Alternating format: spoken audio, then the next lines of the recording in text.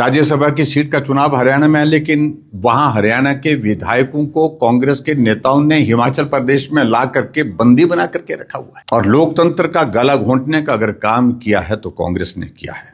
मुख्यमंत्री जी गलतफहमी में मत रहिए। आप गनीमत मानिए कि हमने कैंडिडेट नहीं दिया, नहीं तो आजकल आप सो नहीं पा रहे होते रात को। देखिए, कांग्रेस वाले शोर डाल रहे हैं इस बात को लेकर के लोकतंत्र खतरे में है और लोकतंत्र को बचाने की बातें कर रहे हैं। हम इस बात को लेकर के हैरान हैं कि आपकी अपनी पार्टी में ही आप लोकतंत्र का गला घोंट चुके हैं।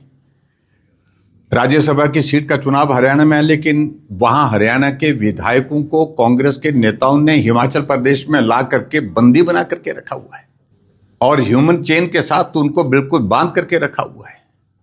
कमरे से बाहर नहीं जाने दिया जा रहा है, मॉर्निंग वॉक पर नहीं जा सकते हैं, मोबाइल का इस्तेमाल नहीं कर सकते हैं और पूरी खातिर उनकी हो रही है हिमाचल प्रदेश में। क्या आपको अपने विधायकों पर, अपने नेताओं पर भरोसा नहीं है? आपके तो पार्टी में ही लोकतंत्र समाप्त हो चुका है अंदर। और लोकतंत्र का गला घोंटने का अगर काम किया है तो कांग्रेस ने किया है।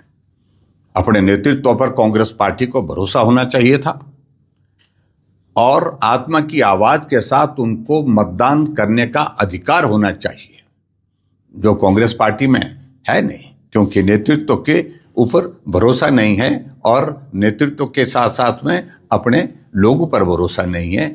और ऐसे में हिमाचल प्रदेश में जो आर्थिक संकट के दौर में से गुजर रहा है, उन सभी विधायकों को 5 स्टार सुविधा के साथ 5 स्टार होटल में ठहराया गया है, खातिर की जा रही है, मुर्ग मुसल्लम खूब चल रहा है और हिमाचल प्रदेश की सरकार उनकी सेवा में लगी है। मैं समझता हूँ ये बहुत दुर्भाग्यपूर्ण है। विधायक हैं, चुने हुए हैं और उनको स्वतंत्र छोड़ना चाहिए। आत्मा की आवाज पर उनको मतदान करने का अधिकार है। आप उनको इस प्रकार से बांध करके नहीं रख सकते हैं। इसलिए लोकतंत्र की बात कांग्रेस ना करे। सर, क्या कारण है हिमाचल में भाजपा ने राज्यसभा के सांसद के लिए प्रत्याशी नहीं दिए? देखिए, हमने अपने पार्टी के नेतृत्व के साथ चर्चा करने के बाद एक फैसला किया कि कांग्रेस पार्टी का जो कैंडिडेट है वो नॉमिनेशन फाइल करता है तो अब की बार हम नहीं करेंगे। हमने तय किया कि हम अब की बार नहीं करेंगे। एक इन प्रिंसिपल एक डिसीजन था। और जबकि मैं देख रहा हूं कि मुख्यमंत्री ने कहा कि भाजपा ने इसलिए नहीं किया कि उनको हार का सामना करना पड़ना था। मुख्यमंत्री जी गलतफहमी में मत रहिए।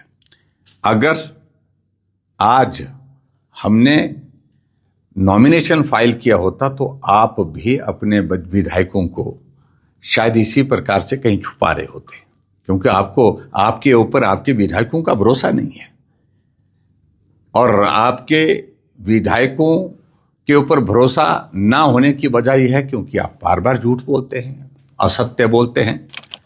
जब हम 25 विधायक थे, आप 43 थे, तो भी हम राज्यसभा की सीट जीते हैं।